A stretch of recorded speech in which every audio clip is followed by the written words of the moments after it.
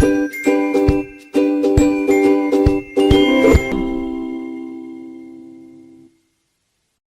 right, we have the great privilege. I am with a good friend, former colleague at High Tech High. We were in the same master's program together, and now we're in different parts of the world. I'm in Hong Kong, she's in Denmark. And why don't you introduce yourself, Loni, and what you do? Yeah, my name is Loni Bergqvist. I am founder and CEO of a company called Imagine If, and we support schools with using project-based learning. But like Kyle said, I was actually a teacher for a lot of years at High Tech High, and actually a very traditional school before that, and fell in love with project-based learning and authentic work with kids. Yeah, basically at High Tech High, that love story began. All right, so like before we go into like the shift we're going to talk about, like what you said, it's a love story for PBL. So like what made it a love story? Like why make that switch from where you're at in that traditional school? What was so cool about it?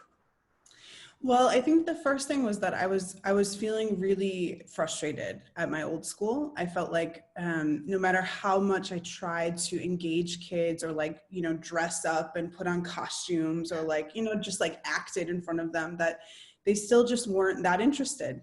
I could entertain them for an hour, but to really get them to own their learning, I mean, it just wasn't happening. And then I heard about High Tech High from like a friend of a friend.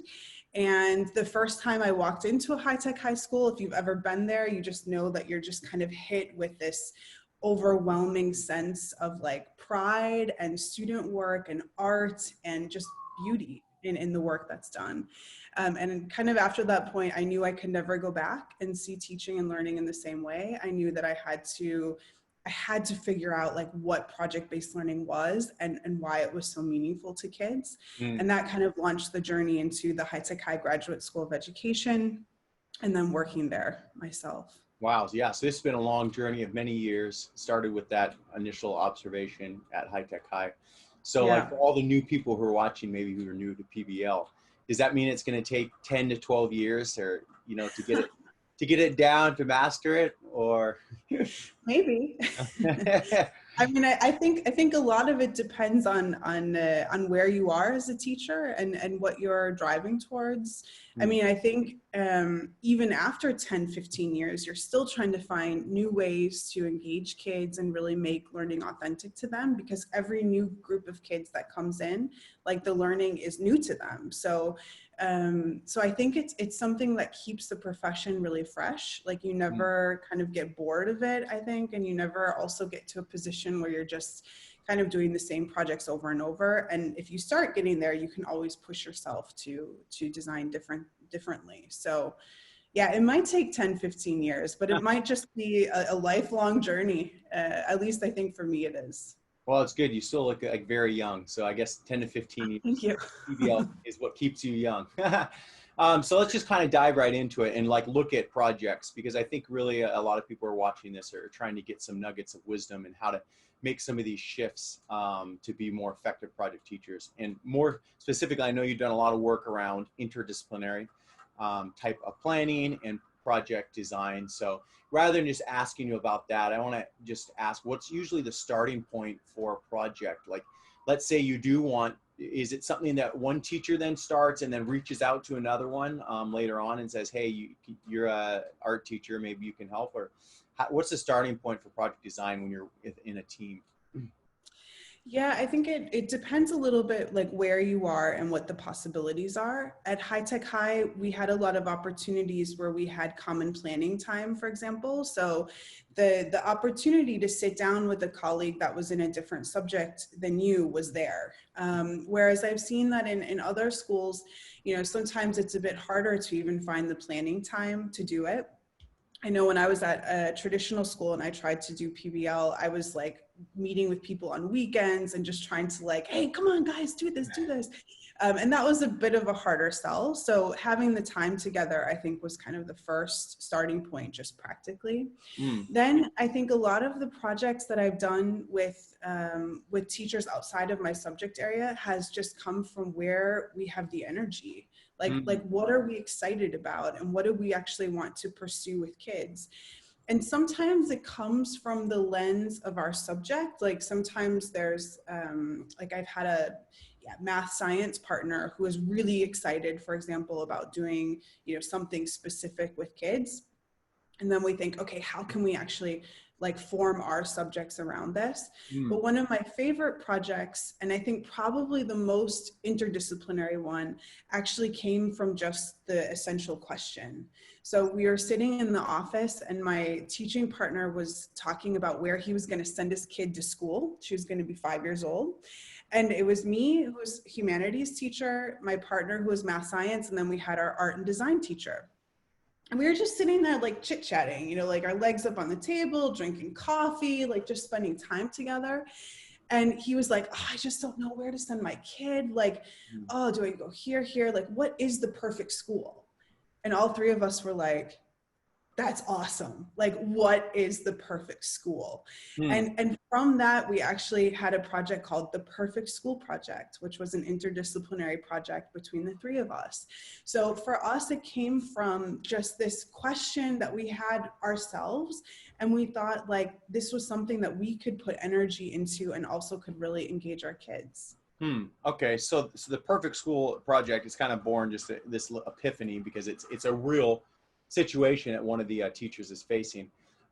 So then take me through that, because I mean, that's not necessarily something, obviously it applies to kids because the kids got to find a perfect school, but it's something you guys had generated.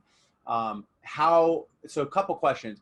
How do you then go about, like, do you ensure equal content, like, and do you look at the project from like each different lens of the subject? Like, how then do you ensure that it's like truly interdisciplinary? And then the second one is like, how do you get kids excited about that? Because they weren't necessarily in that, room with it, generate that excitement about the school. Yeah, I mean, I think the first question about just how did we see our subjects into the question, I think came from looking at this question from the lens of our subjects. So I think, sometimes people are like, oh, you don't need to be a subject expert in project-based learning because you're learning with the kids and blah, blah, blah. But I think that when you design a project, you need to know enough about your subject to be able to understand where are these linking connections. So for example, with humanities, I always think about, okay, what books could we read that are around this theme? What could we write about that's around this theme? So, I mean, I go into it from the lens of actually the skills in the subject, maybe more than the specific content of the subject. My teaching partner did the same way.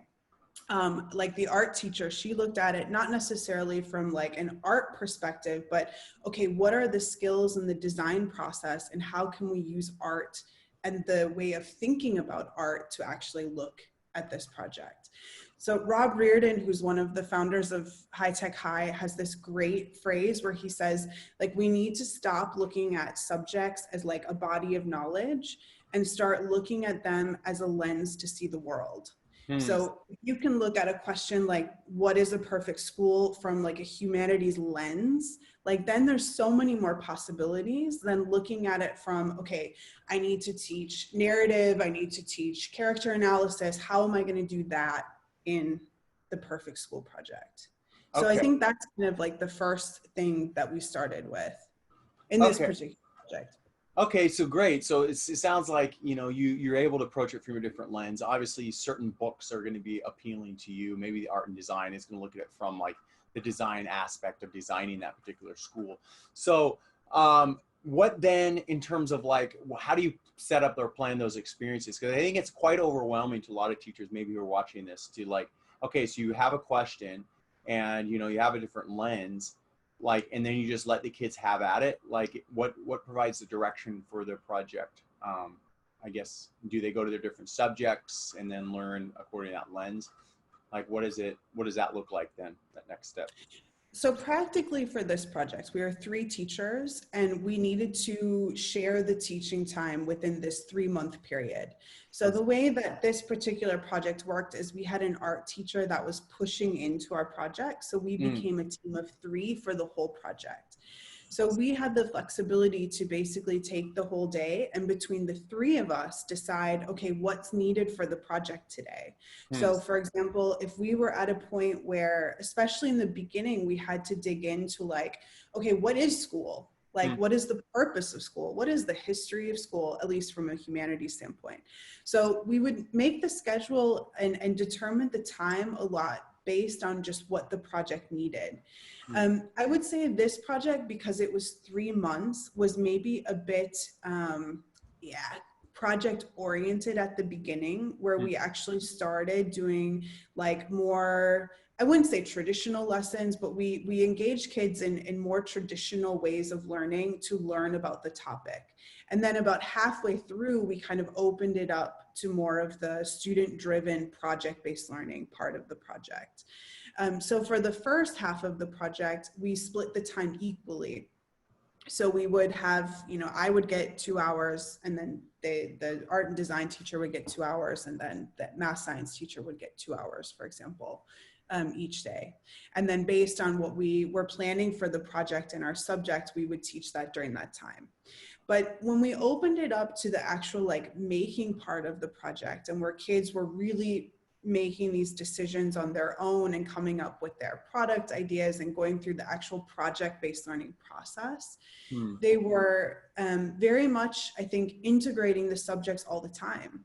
So we had a visitor that came in and asked one of my students, like what class are you in right now? And the kid actually like looked at him and he was like, I don't know. They had no idea what subject they were actually working with, because at that point, like everything had become integrated for them to actually use it in the project. So I mean, with this particular project, because it was quite a big project and it was a long project, we kind of saw our subject in 2 different ways in those 2 phases, if that makes sense. Is that so in terms of like, if someone's new to this interdisciplinary planning, because I mean, it sounds like it's this double-edged sword, right? I mean, on one side, you want the kids to go a little bit deep in terms of each subject, so they actually have something to bring to the table when they start the designing. At the same time, you don't want it to be totally contrived where they're just going to their classes. But I mean, would you suggest that for new teachers that they do, structure it a little bit in terms of, what the project is and what the different needs are in the classes? Someone who's new to interdisciplinary planning. Yeah, I would suggest to do that. I would actually suggest and maybe right at the beginning, like maybe the project is divided into like your subjects. So I've also done projects where like I've taught the humanities part and I've had the kids, for half the day, and my math science partner has done the math science part and have the kids for half the day. And I think also if you're in a more traditional school where the subjects are very fixed, like if you don't have control over the time, for example, I think there's still ways to do great interdisciplinary projects without, opening up time and space to, just being completely blurred. But I think that's kind of the first step, is actually just reaching out to a colleague that's not in your subject and saying, okay, how could we think about doing something together?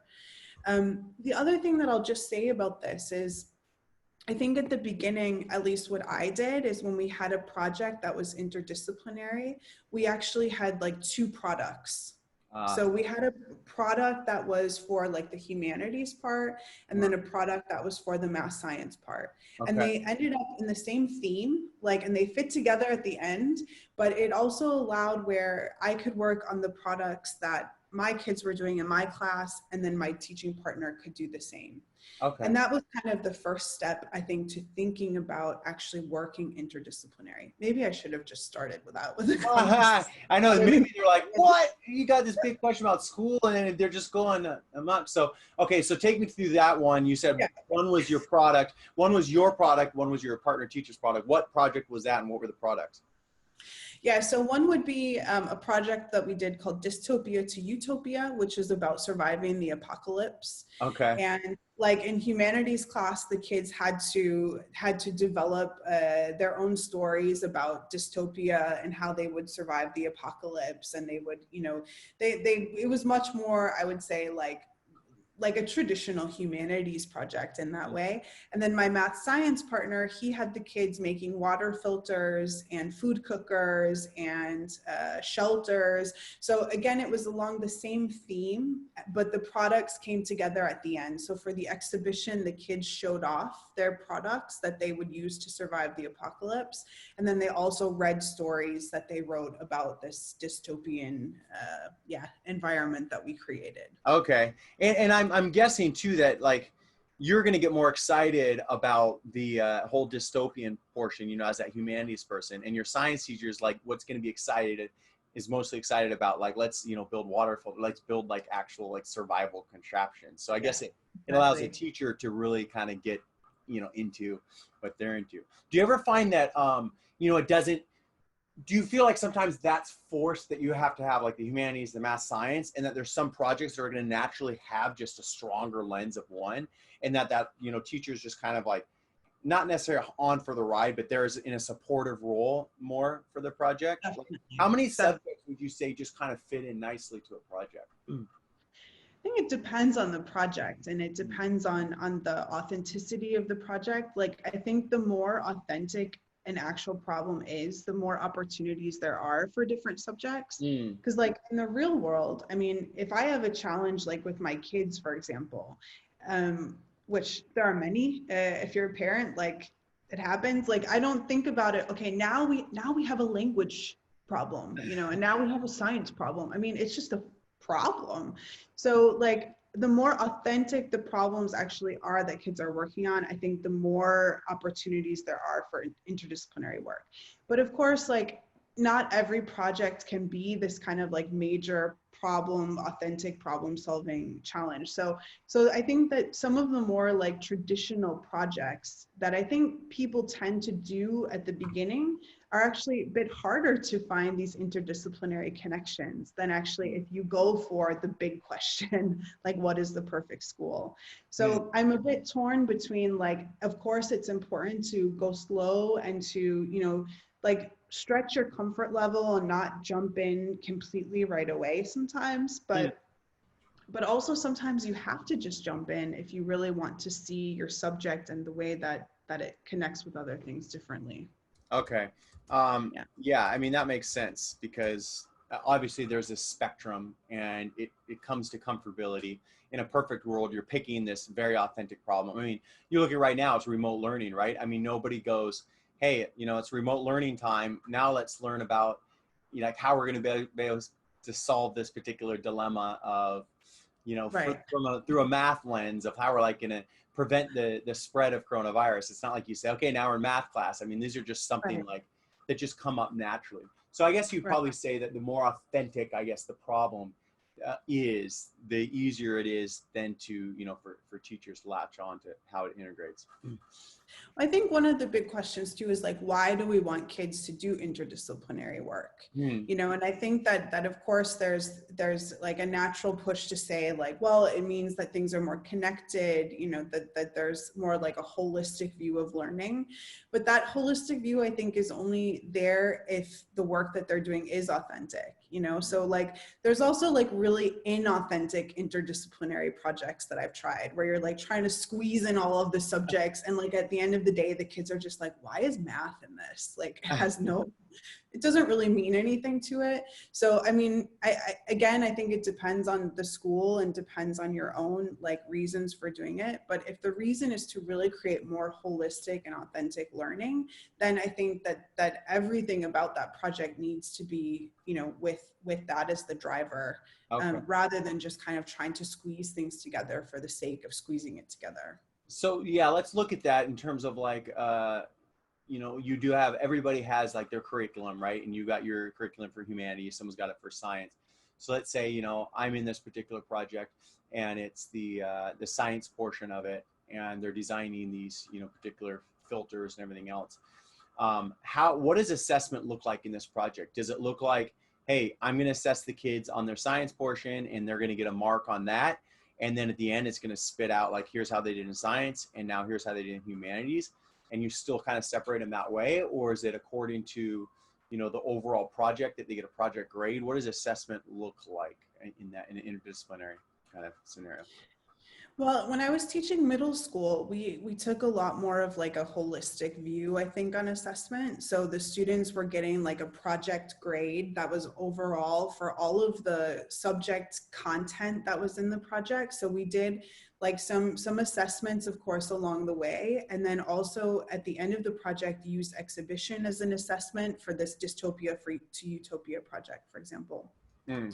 And then actually, I think my math science partner might have done like a test actually at the end, just to make sure that content was there. And then I use their final products, their final books and stories as a way to assess the humanities part. But in middle school, we actually gave them like a whole project grade based on the knowledge, but then also based on the skills and how they improved and their reflection about the project in general. We also did some group work, not grading, I would say, but we did use that as a reflection as well for a tool to assess the project. In high school, it got a bit trickier because in high school, they actually had to receive a grade for the specific subjects. So then I would say it became much more about, okay, I have these specific learning goals or things that the students need to get in terms of their humanities content, as well as the skills in humanities. And then we did more traditional assessments, I would say, at the end of each project to address the grading in high school. Okay. So, I mean, it sounds like when you had the stories, like the kids wrote for those dystopian stories, I'm assuming that there's quite a lot of standards that you can assess through that. And even if, yes, you did pump out a project grade, it seems like that'd be easy to still differentiate or separate that into like that. This is your humanities grade, like, you know, in terms of their story structure, organization, or, you know, ability, word choice, like all these things. So, I'm curious as to then, you know, in high school, yes, you do have to report out individually for the subjects, but could you still do that through whatever the project artifacts are that, you know, that they're producing? Isn't that? Yeah, totally. So in the perfect school project, for example, it was 9th grade, and it was a little bit trickier because the final products weren't necessarily separated out to subjects. I mean, they had one massive final project that they needed to complete. So from a product standpoint, that became a little more challenging. And actually the assessments along the way, the points that they were getting along the way made more sense in terms of assessing learning, but also just giving a grade for the project. But we still were able to pick it out in the sense that we had an idea of where our subject content knowledge was coming into the product, for example, so we could use the products in some ways. Okay.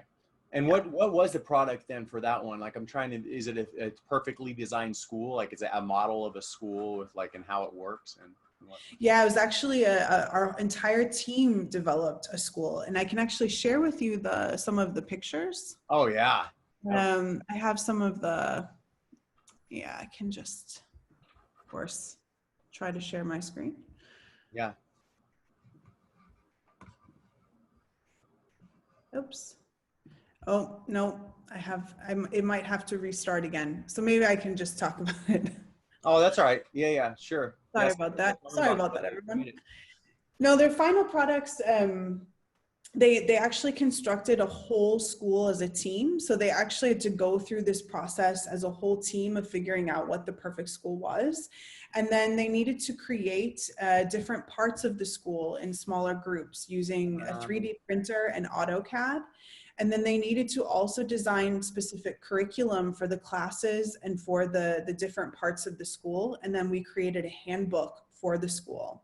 So they called it Ohana High after, I think, Lilo and Stitch was the movie that was kind of popular then, but it means like nobody's left behind. So the whole purpose of the school was actually built around this family element.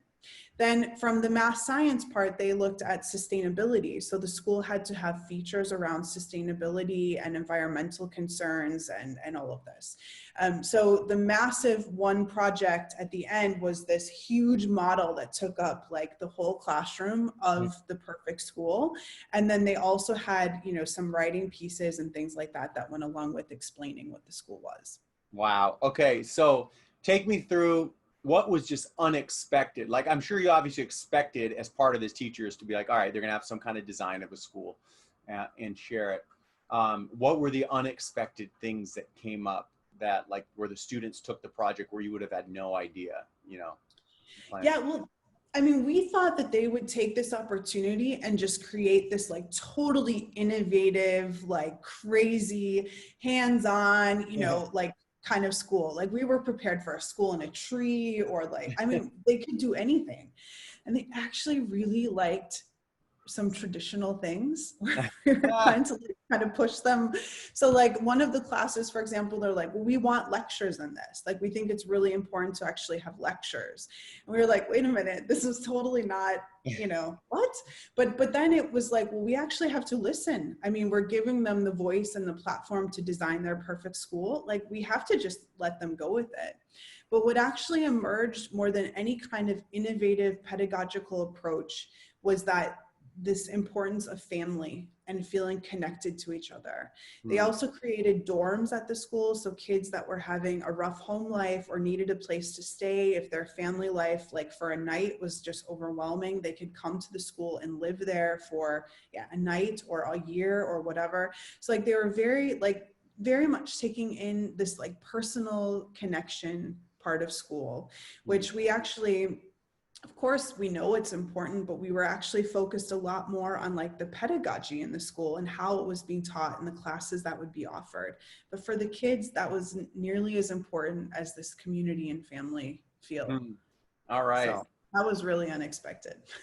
Cool. Well, that's something that it's something good for us to know, you know, and for everyone who's watching this to know is that like there are certain parts of the design that, you know, you know that you want to assess, you know, they want them to get, and there's some things that are unexpected, and you went with it rather than, you know, necessarily trying to force the issue. And I think that's oftentimes quite hard as a teacher to kind of, you know, stand back and not try to like, you know, somehow influence things.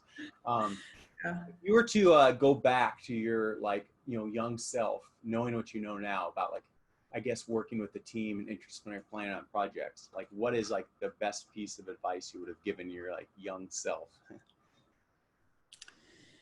Good question.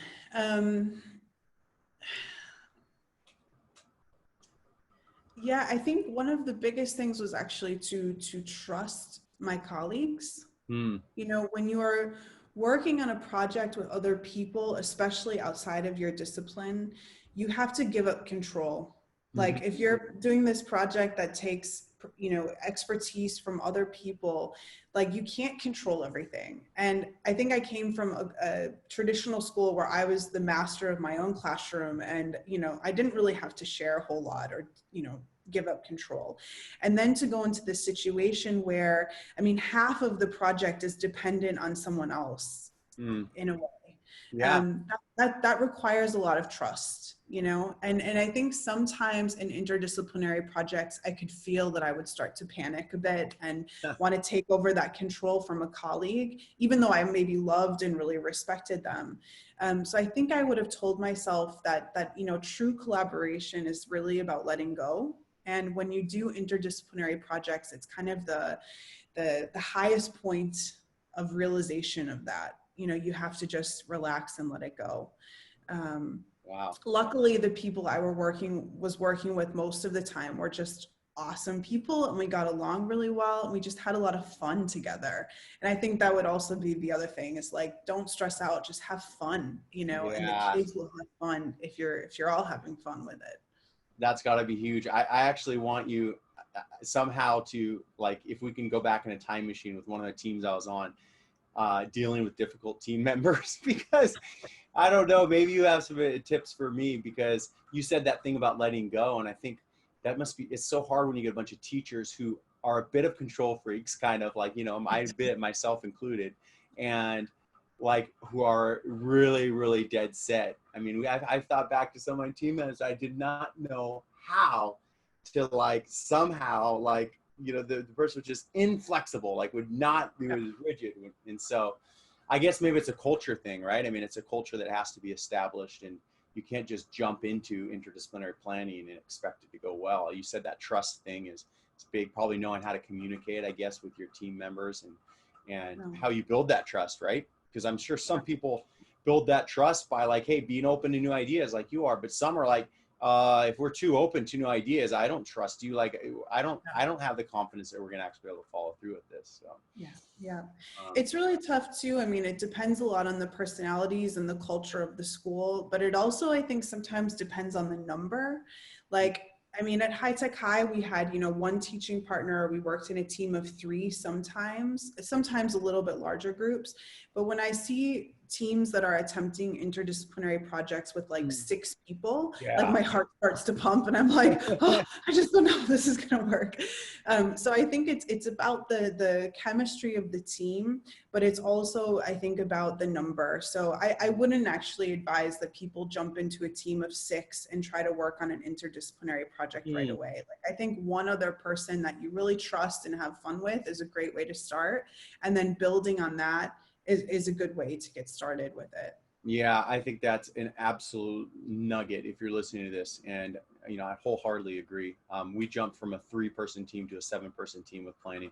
And you just immediately see, I mean, it's harder to make decisions, right? Yes, you get more input, but it's very slow. It's very slow moving and things just get messy. And I almost feel like that's what happens when we start to schedule and we start to, like, you know, because then we're like, all right, now we have 7 people to schedule somehow and get equal coverage. And then we get schools, you know, we don't get what it's supposed to be. So yeah, I would echo that, what Loni said. Anything else that you want to, how about, let's do one more thing. I used to think, but now I know. That's like a High Tech High thing. We'll end with that. If you don't have one, we don't have to end with that. We can end with like a high five or something. I used to think, but now I know.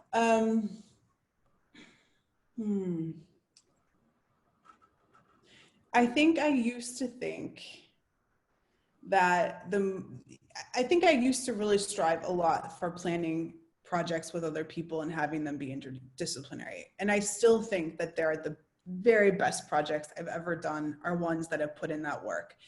But now I think it's better to do less and do it better. So I would say, rather than try to plan every project being interdisciplinary, because it takes a lot of effort and coordination, that actually to go where the energy is. And if the project comes up and it's authentic and it has these great connections, then go with it. But actually to try to force some of this stuff actually creates, I think, a bit more of a challenge than a benefit for student learning. Wow. So I think that's my big. Less is more. Yeah. Keep it simple. All right. Well, thanks, Loni. And I guess people could probably get a hold of you through email if they want to know more. Yeah. Yeah, totally fine. Or you. Okay. All right. That's us signing off.